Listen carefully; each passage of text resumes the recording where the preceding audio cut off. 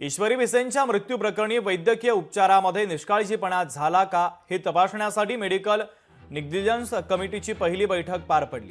Sassoon रुग्णालयामध्ये ही बैठक पार पडली असून या समितीच्या अहवालानंतरच डॉक्टर दोषी आहे का आणि त्यांच्यावर सदोष मनुष्यवधाचा गुन्हा दाखल करायचा का हे ठरणार आहे। तर ही समिती दीनानाथ मंगेशकर रुग्णालयाबरोबरच इंदिरा, IVF, सूर्या आणि मणिपाल रुग्णालयाची देखील चौकशी करणार आहे। त्यासोबतच दीनानाथ मंगेशकर रुग्णालयामध्ये ईश्वरी भिसेंवर उपचार न झाल्याने येथील डॉक्टरांना उपचारामध्ये हलगर्जीपणा आणि निष्काळजीपणा संदर्भात दोषी कसं धरणार हा सर्वात मोठा प्रश्न समितीच्या समोर आहे। तर डॉक्टर घैसास यांना याचा फायदा मिळण्याची शक्यता आहे। अलंकार पोलीस स्टेशनने बुधवारी ससूनमधील समितीला ईश्वरी भिसेंच्या उपचारामध्ये मेडिकल निग्लिजन्स झालं का हे तपासण्यासाठी पत्र दिलं होतं। त्यानंतर या समितीची पहिली बैठक पार पडलेली आहे।